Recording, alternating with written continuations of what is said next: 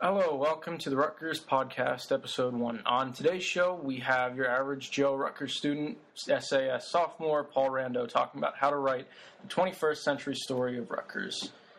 And here we go.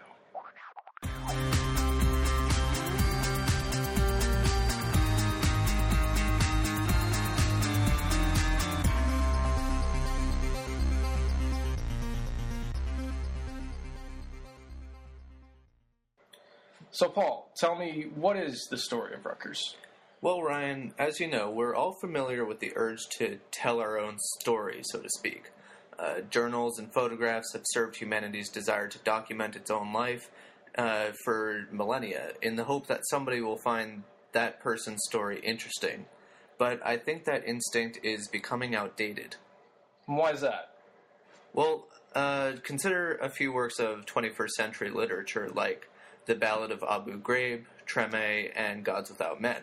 In these stories, it seems that the major theme is to tell the story of a location and that location's impact on its characters, rather than the life of the characters themselves. But you're saying a university can't write a journal about itself, can it? No, of course not. With this theme of location telling identified, modern storytellers must address the following question. Can we tell a story about any setting? And to address this question, let's look at the setting we all share, Rutgers University. Okay, so I'm sure we all know the history of Rutgers, founded in 1766 under the names Queen College, etc., etc. But knowing a history is not the same thing as creating a story. So take Treme, for instance. Before anybody sits down to watch the pilot episode of Treme, he or she knows that Hurricane Katrina hit New Orleans in 2005. But did that give any of us insight as to the story that Treme told? Not at all. So telling a setting story isn't the same as telling the history of that place. It doesn't seem that way, no. So will we know Rutgers' story if we follow its present instead of its past? You know, I think not, but let's talk about it. So the Daily Targum and a bunch of other global newspapers has spent the past several weeks divulging two so-called Rutgers scandals. Need I say more than these two words to let you know what they are? Pernetti and Delafest. Because of those two words, Rutgers has climbed its way to global news prominence, and not proudly.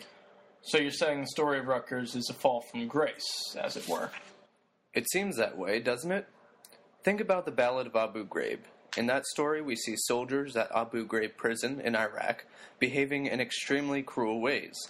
At first look, the reader will think that the place's story can simply be about the degradation that occurs in that place. But there's really more to Abu Ghraib than that. The reader also experiences the way the degradation was influenced by the location.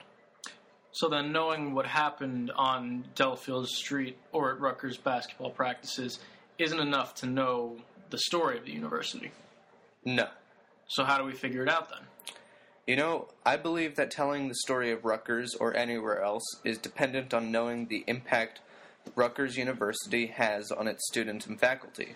But, Paul, in the case of Rutgers, is that really possible? There are 50,000 students, 3 campuses, cut apart by a river.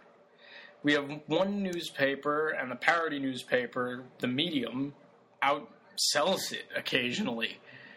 With hundreds of clubs and organizations, is there anything at all unifying about the experience, one Rutgers student to the other? Is there any one aspect of the university that will unquestionably affect every single person involved, allowing this story to even be told?